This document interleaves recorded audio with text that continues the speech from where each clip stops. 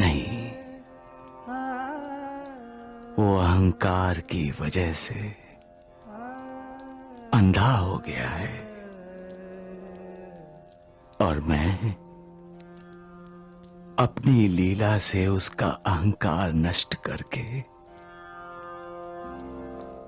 उसे योग्य मार्ग पर लाना चाहता हूं। अहंकार से मनुष्य का अधःपतन हो सकता है बाबा।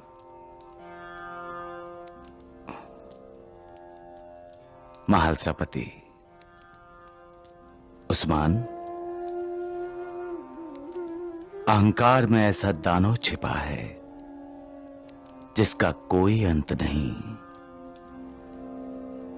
अहंकार साक्षात परमेश्वर से ईर्ष्या करता है, साक्षात परमेश्वर से स्पर्धा करता है।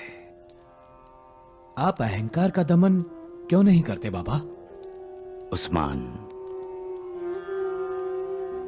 मैं जब एक मनुष्य के अंदर छिपे हुए सांप रूपी अहंकार का दमन करता हूं, तब दूसरे मनुष्य को अहंकार डस लेता है। परंतु मैं अपने भक्त की रक्षा जरूर करूंगा। अहंकार की वजह से होने वाले मन के अधःपतन को रोक लगा दूंगा। हमारे घर में साईं की पूजा होती है। द्वारिका नाथ जी को ये पता चल गया तो? वो तो आज नहीं तो कल पता चलने ही वाला है। घर में रोज साईं साईं गूंजेगा तो क्या बाहर वालों को सुनाई नहीं देगा? गोंडा जी भैया के भगवान द्वारिका नाथ साईं को पाखंडी मानते हैं, लेकिन यहाँ उस पाखंडी की आरती की जाती है रोज। कहाँ आरती करती है? मंदिर यहाँ कहाँ है साईं का? अरे साईं का मंदिर नहीं है तो क्या हुआ? इसके लिए तो ये कृष्ण की मूर्ति ही साईं बाबा का मंदिर है। ये क्या जेठ जी, आरती की थाली?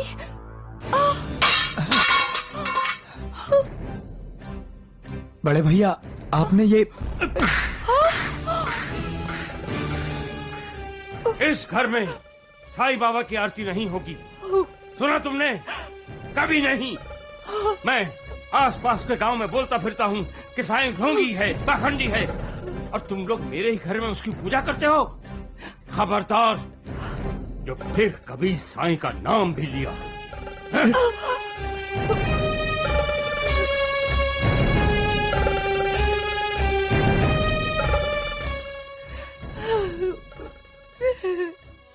काय रे तात्या, तुम और महासापति जी साईं के साथ द्वारका माई में सोते हो ना? तात्या, क्या साईं बाबा तुम्हें लोरी सुनाकर सुलाते हैं? हाँ? हा? बाबा, भैया मुझे लोरी नहीं सुनाते।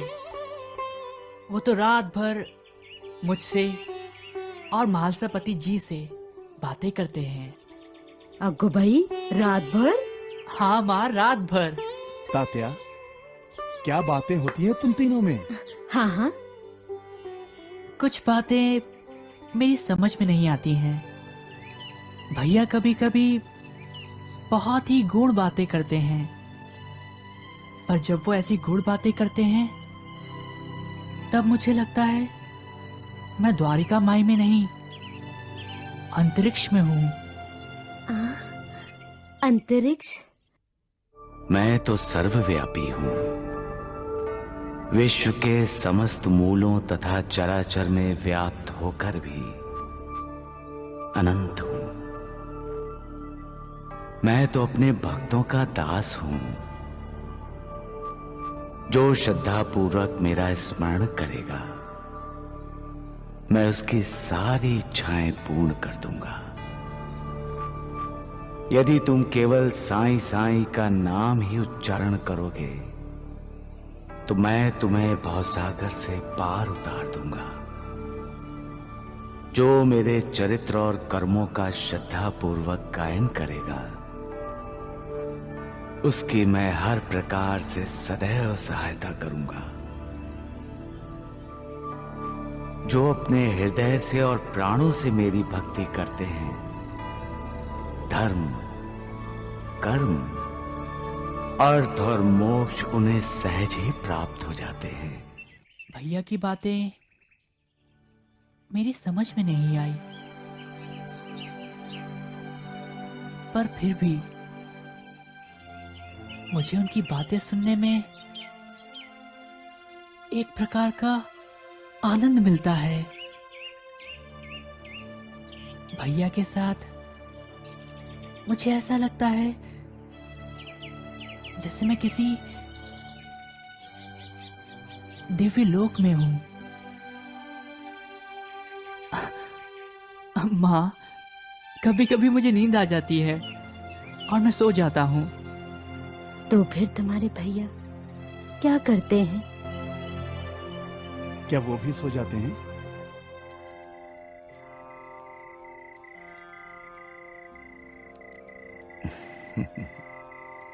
तात्या, ओ तात्या, सो गए क्या? सो गए क्या? भैया, मुझे नींद आ रही है। अरे उठो उठो, अब तक तो आधी रात भी नहीं हुई है। सो गए? भैया, आप भी सो जाइए ना।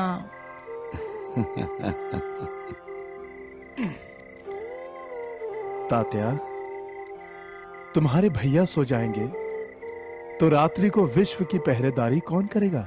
हाँ? साईं बाबा के बारे में हम जितना भी सुनते हैं हमें कम ही लगता है।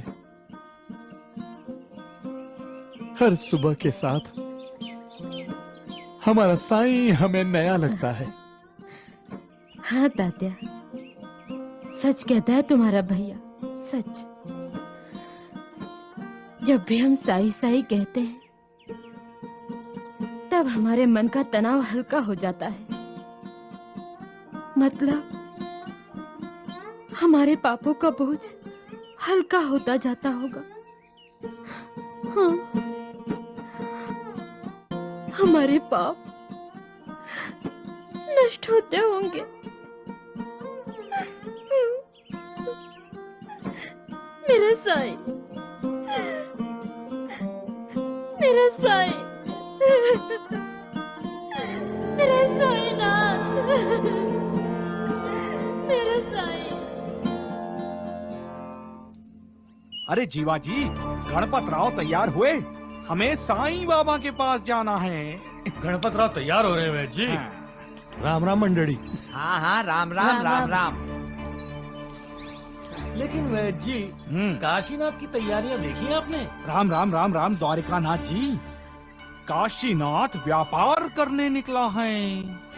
फिर वो साईं बाबा को दक्षिणा देगा। वो नौबत नहीं आएगी तगड़ू। शिवाजी, हुकुम द्वारकानाथ जी। उस काशीनाथ का पीछा करो और उसका व्यापार चौपट करो। वैद्य जी, अब तो काशीनाथ के व्यापार का बेड़ा हो जाएगा पार। राम राम राम राम।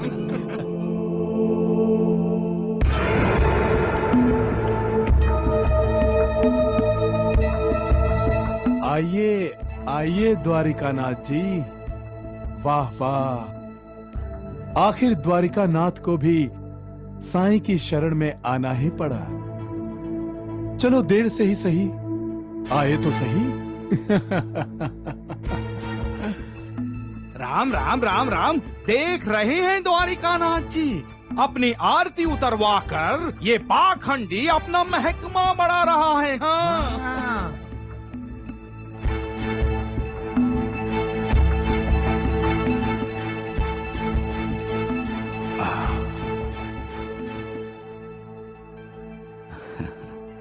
आइए गणपत राव जी, मैं कब से आपका इंतजार कर रहा था।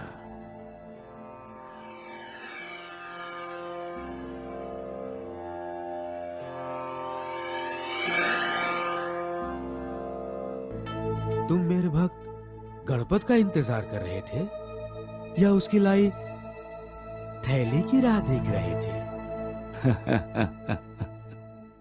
सबका मालिक एक है। सबका मालिक एक है। द्वारिकानाथ जी, अब शिरडी से साईं को जल्दी जल्दी जाने दीजिए ना। बिल्कुल ठीक कहा आपने वैद्य जी। जाइए, तांगा बाहर ही खड़ा है जो आपको शिरडी से बाहर छोड़ाएगा। मेरी एक बात याद रहे, दोबारा शिरडी में कदम रखने की कोशिश मत करना तुम। भगवान द्वारिकानाथ जी, आप तो मुझे शिरडी से निकाल देंगे और मैं निकल भी जाऊंगा, लेकिन जिन शिरडी वालों के दिलों में मैं हूं, उनके दिलों से मुझे कैसे निकालोगे? हाँ? उसकी चिंता तुम मत करो गणपतराव।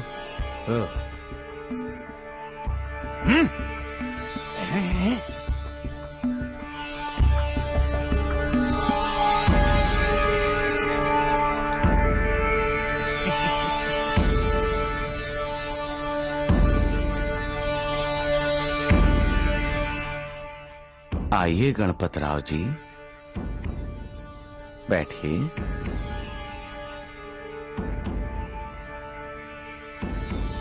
आप जैसे भक्तों का मैं आदर करता हूं गणपतराव, क्योंकि आप श्रद्धा से भक्ति करते हैं और आप में सब्र भी है। लेकिन क्या? डाकुओं से डरना स्वाभाविक है, लेकिन यहां तो कोई डाकू नहीं है। आपने थैले के ऊपर तरकारी क्यों रखी है? वैद्य जी, साईं बाबा को कैसे पता चला कि हमने डाकुओं ने घेरा था?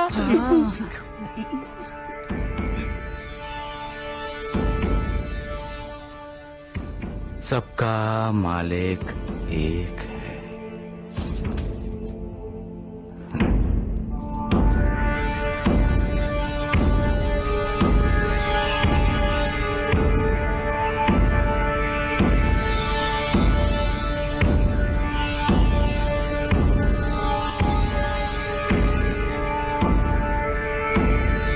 वैद्य जी, थैली में जो 10,000 रुपए थे वो कहाँ गए?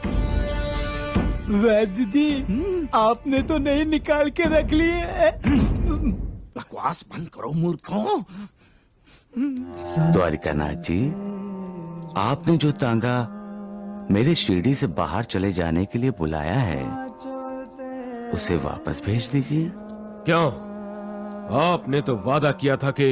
हाँ, मैंने शिरडी से जाने का वादा किया था, लेकिन क्या? तरकारी के बदले में नहीं। मैंने तो पैसे थैली में रखे थे। क्यों? वैद्य जी, आइए चलते हैं। गणपतराव जी, अपनी तरकारी तो लेकर जाओ।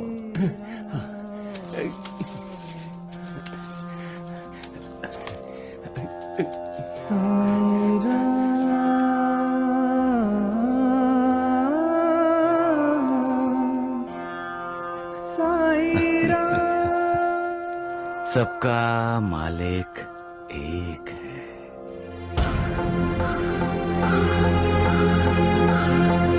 गणपत कदम, तुमने मुझे धोखा दिया, मुझे, द्वारिकानाथ को। नहीं भगवान, नहीं। पैसे की जगह तरकारी भरकर लाया इसमें। निकल जाओ यहाँ से, जाओ। जाओ। राम राम राम। पैसा, वैद्य जी, पैसा। अरे द्वारिकानाथ जी,